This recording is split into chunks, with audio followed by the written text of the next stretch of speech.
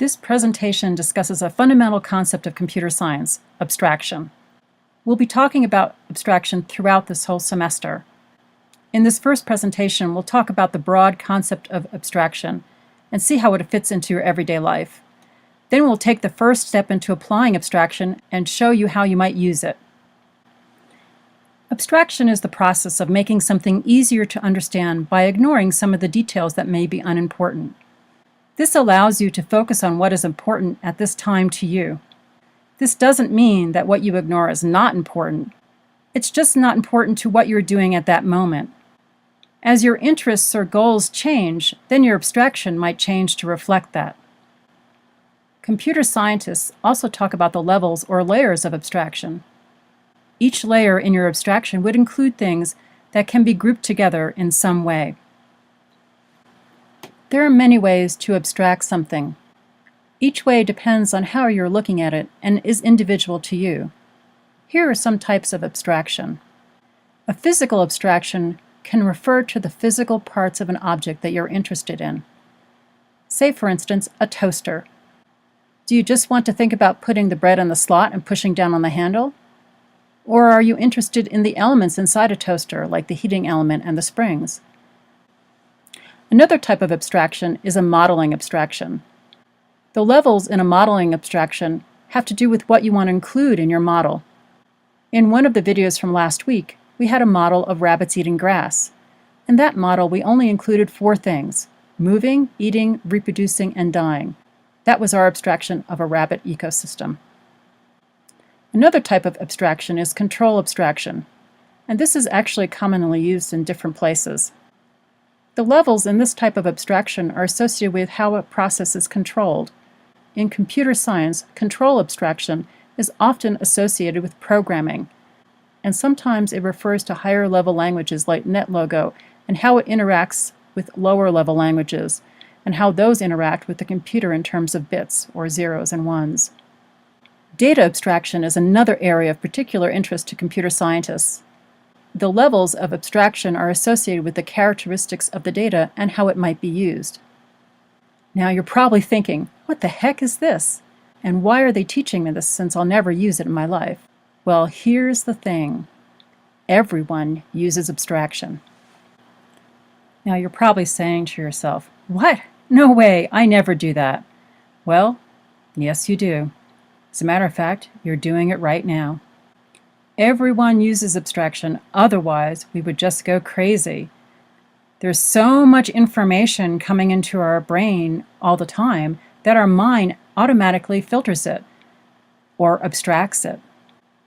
Right now, your mind is telling your brain to filter things that are unimportant to you.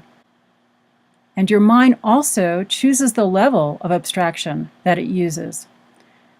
So when you're driving or walking somewhere that you're familiar with, you really don't focus on things. You just get there. It's like magic. But if it's someplace you haven't been before, then you're looking at every street sign. Think about that first day of school when you were trying to find your classes. You were focused on the details of where you were and what classrooms you were passing and how you were going to get to your next class on time. Now you just think, well, I just have to get to class, and you automatically do it. And you're thinking about other things as you're doing it. You're not thinking about the details of getting to class. That's an abstraction. Or how about if you're looking for your friends at lunch and you get your tray of food and turn around and all you see in front of you is a sea of faces. You can't see your friends. Then you remember, oh yeah, one of my friends was wearing a red shirt today. And now your mind automatically tells your brain to focus on red, the color red, and suddenly you can see your friend. So your mind switched levels of abstraction from the sea of people to people wearing red clothing, another level of abstraction. Not only does your mind use abstraction automatically, but you can consciously use abstraction in your everyday life. Remember, abstraction is simplifying things to what's important.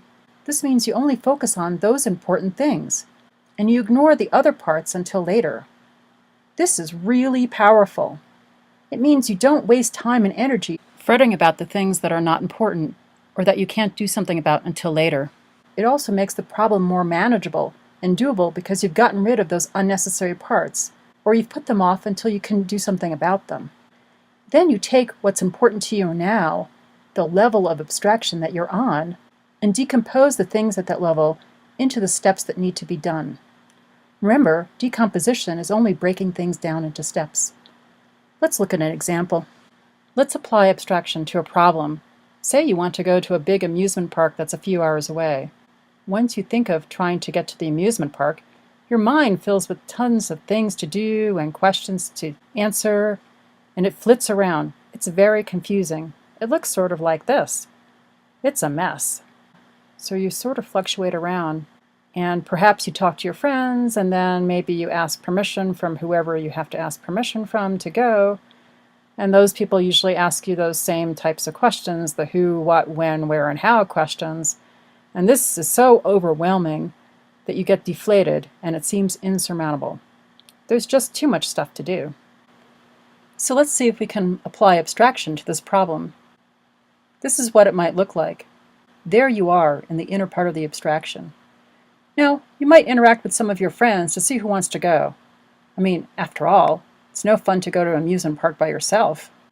And since you know that whoever you have to ask permission from is going to ask you those dreaded who, what, when, where, and how questions, you might make some preliminary plans, or at least investigate those who, why, where, what, and how questions a little bit. Perhaps you can figure out who could drive, or if there's some way to get there using public transportation, say a train or a bus. And then you might go on the internet to figure out how much it costs. And you might make a guess at how much food will cost. And then you talk to your friends and pick a couple of possible dates that most people can go on. Then you ask permission, because you know some of the answers to the who, what, when, where, and how questions. And you'll probably have to make the final plans then. And then you get to go to the amusement park. Fantastic. Okay, let's try another abstraction. A physical abstraction. Here's an abstraction of a car. In this case, each layer of the abstraction has a different level of scale. The outer layer represents the car itself. Perhaps you look at a car this way. You just get in it and drive. The next layer represents the parts of the car. The carburetor, the accelerator, the brakes, the alternator, the windshield wipers, the indicators. All those parts of the car that make the car actually run. The next layer are the bits and pieces that make up the parts of the car, like bolts and nuts and straps and belts and wires and pipes.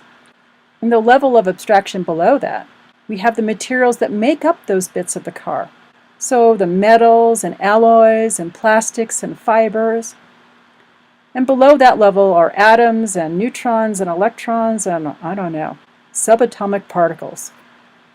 So you're probably wondering why we would even have an abstraction of a car. Let's investigate that. Here we use the abstraction to investigate how different people think about cars. Each person is interested in a different level of the abstraction. Drivers think about a car as a sort of black box. They get in it, turn the car on, and go. Really, a driver only thinks about a few parts of the car, the accelerator, the brake, maybe the mirrors and the indicator if we're lucky. The mechanic is interested in the parts of the car and how they're working or not working, and perhaps if some of the bolts or nuts or belts need to be replaced. An automotive engineer is concerned about the same things as the mechanic might be concerned with. A car parts designer is concerned with choosing the right bits and pieces to make the car parts out of. And also, they might be concerned with choosing the right material to make those bits and pieces out of too. A materials engineer or a mechanical engineer is concerned about choosing the materials that the bits and pieces are made of, say the bolts and nuts and belts, but also they might design new materials to make these bits and pieces out of, to make those bits and pieces work better. And I don't know, I guess a physicist might be thinking of those atoms, electrons, and subatomic particles. So that's how we might abstract a car, and one way we might use it. Another way we might use an abstraction is to think about modeling driving a car. When we drive a car, we only think about the car and a few components. So when you're modeling a car, you would probably eliminate the bits and pieces that make up the components and everything below that. So your abstraction for your model might look something like this. So you see, we've removed the inner part of the car abstraction, and we're left with the car and the components of the car. Actually, I don't know about you, but when I drive a car, I rarely ever think about the carburetor or the alternator or the radiator or anything like that. We could even simplify this model even further, and it might look something like this. You might include just the accelerator and the brake as the parts of the car for your model. And for some purposes, you might find that this abstraction is sufficient for your model.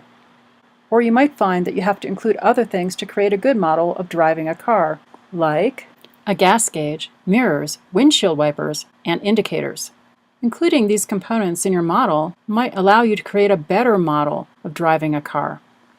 Let's look at one last abstraction. Last week you watched a video on what's inside a computer. Now you realize that you can make a physical abstraction of a computer based on that information. It would look something like this. In the blue layer, you have computers.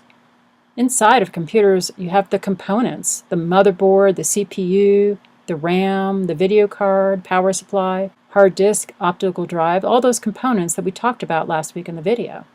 Now, those components are made up of smaller things like chips, wires, and connectors. So there you have an abstraction of a computer. Now, you can use this abstraction as part of another abstraction. Here's an abstraction of the interactions involving a computer. The computer user interacts with programs and applications on the computer. The programs and applications are made of or interact with programming languages. The programming languages interact with the computer, telling the components what to do, and that interaction occurs primarily on the chips, memory and processing chips. Different people work with computers at different levels. An average person works with the applications and programs on a computer. A computer programmer develops programs and applications using programming languages. A systems designer is concerned with the interactions of lower-level languages with the computer, and hardware engineers deal with components that make up the computers and the bits and pieces that make up those components. So the exciting part about this abstraction is how it applies to you. Here you are before you start this class. You're just like the average computer user. You use programs and applications. Now let's take a look at later. And here's where you'll be after you're done with this class. Yes, not only will you understand all the basic computer science concepts, you will be able to write programs and applications using a programming language. And once you know one computer programming language, the rest will come much easier. Okay, so let's summarize what we've learned so far. Abstraction is just simplification, focusing only on the important parts. Your abstraction can have levels or layers. Each level includes things that can be grouped together. You already use abstraction all the time, and you can apply abstraction to different things and for different reasons. You can apply abstractions to objects. You can apply abstractions to make models. You can apply abstraction to problems in everyday life. Thanks for your attention.